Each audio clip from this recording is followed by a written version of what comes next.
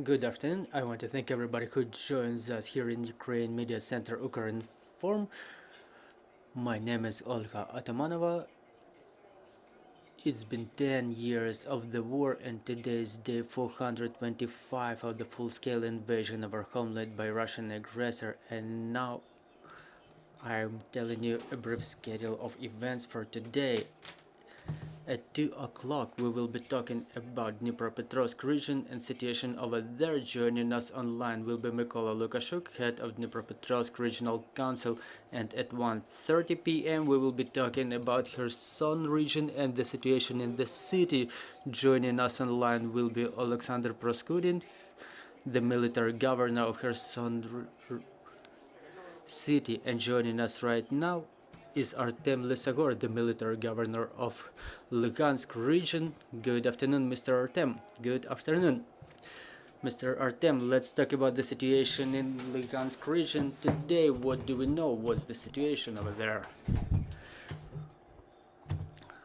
Well, regardless of the fact that the last day was quite calm, still there are many villages in Kolomichensk and Krasnoyarsk communities which suffer from the constant shellings. The enemy keeps constantly shelling the positions of our military and the civil infrastructure, and the fire is mostly concentrated on Belogorivka and Dibrova and Nevska. The enemy understands that there is about 100 people still residing in the Nevska village, and the enemy keeps shelling it, keeps targeting it. Just a couple of days ago, our guys were dropping in there, and they ended up under shelling while delivering the humanitarian aid to the village of Nevska. For the time being, we mostly talk about Bakhmut, where the active battles are still going on. The tactics of the enemy has changed a little bit. There are constant land attacks by the infantry and material, but we continue supplying all of our villages with all the necessities, thanks to the armed forces who deter the enemy in that part of the region. Mr. Artem, what's the situation with the critical infrastructure in the region? Do all the people have their basic needs covered? Yes, we organize the supply of bread and water and other meals. As to the critical infrastructure, the enemy keeps targeting the critical infrastructure on a daily basis. They target the residential areas. They continue shelling the residential houses and critical infrastructure as well. Mr. Artem, what's the situation in the occupied territories? What information are we getting from there? Well, the situation over there is without changes. The Russian world is used to telling the people that everything is okay and we do everything we can for you here. It's the same situation in the occupied territories. All the newly annexed territories, so to say, those that are behind the forward edge of the battle area, they live for a year without water and power supply. For example, in Lysychansk there is no electric supply at all. The situation is very, very bad, real bad there. The general staff recently made a report about a skirmish between Wagner troops and Russian military. Do we know anything about that incident? Well, you know, I'm not surprised by that situation at all. What's going on their part is not my responsibility. I'm hearing something about their skirmishes and some repairs. They continue destroying their material by themselves, so I'm not surprised by that situation like that happened. I think they were not able to share their loot in the occupied territory, something they were marauding. Well, talking about our people who tried to evacuate from that situation, are there any evacuation routes established? Well, evacuation is either very complicated or almost impossible, specifically in terms of male population. The so-called police and the so-called security service. They control everything over there. People try addressing the occupational administrations with many issues, and in case if those are the men addressing the administration for some help, they are being immediately mobilized. We know that in other occupied territories there is a practice when our people are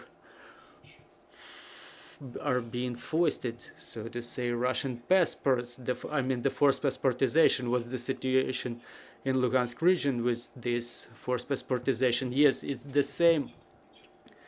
They try to forcibly issue passports and other documents to our citizens. They try to implement the Russian legislation in those territories, and God forbid they make it. I hope they won't make it before we liberate our territories and that so-called authority cannot get themselves fortified there. We have questions on the floor.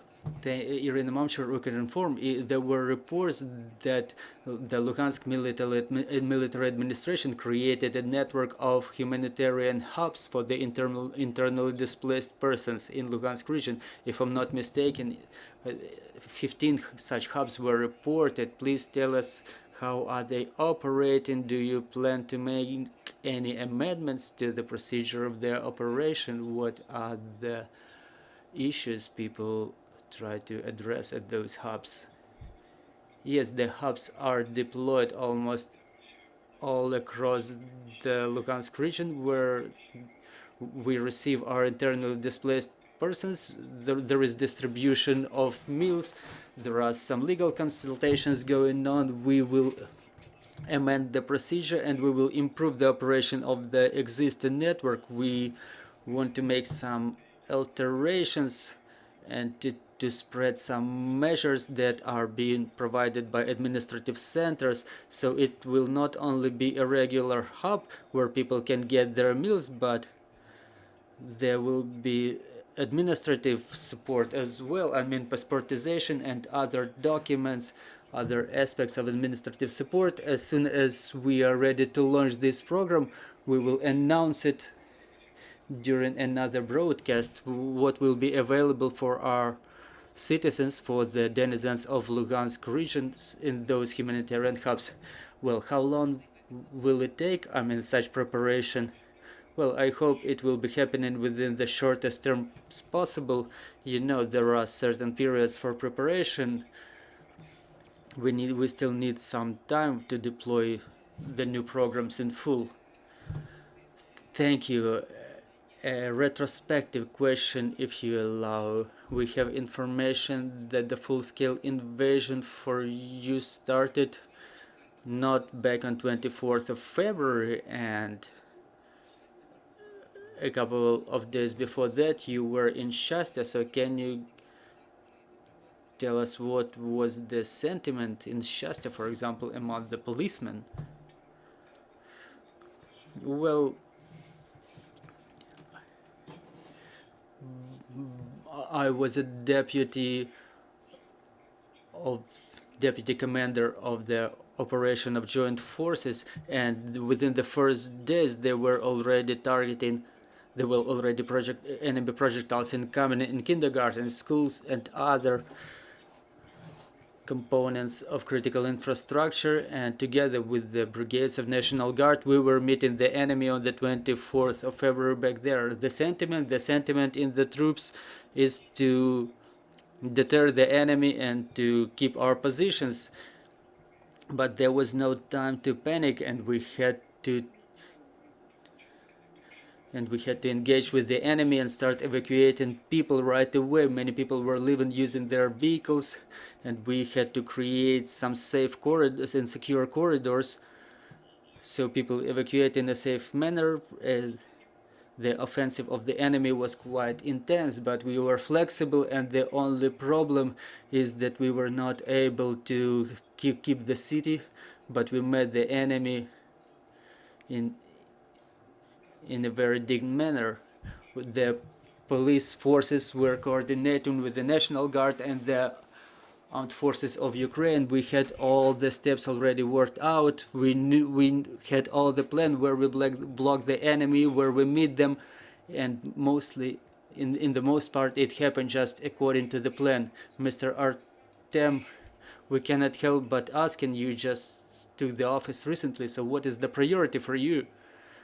Our priorities are quite simple. They are, regardless, I think the priorities are the same for every citizen, regardless of the office. Just like everybody, we work together for our victory. We do everything we can to support our armed forces. And another task is to work with the internally displaced citizens within the Luhansk region. And the main thing is creation of the strict algorithm of actions of the military administrations. So right upon the liberation of the territories, we enter there and we fulfill all the functions vested in the military administrations. I mean, the recovery, the cooperation with the volunteers, the work with the population that we will be bringing back under our control. So we have to prepare our military administrations for the entrance of our armed forces. So as soon as the territory is liberated, the authority should be deployed there with all the basic services being provided to the population. Obviously, it will be difficult and maybe not quite necessary to deploy all the services in full, but I mean, the utility services, the medical services should be implemented right away. There should be a head of the administration appointed and undertaking all the basic functions to be fulfilled. Thank you for this broadcast. Thank you for finding time to join us. I'm reminding you, joining us was Artem Lysohor, the military governor of Luhansk region, and our next briefing is at 1:30, so bear with us, work together for our victory, and glory to Ukraine.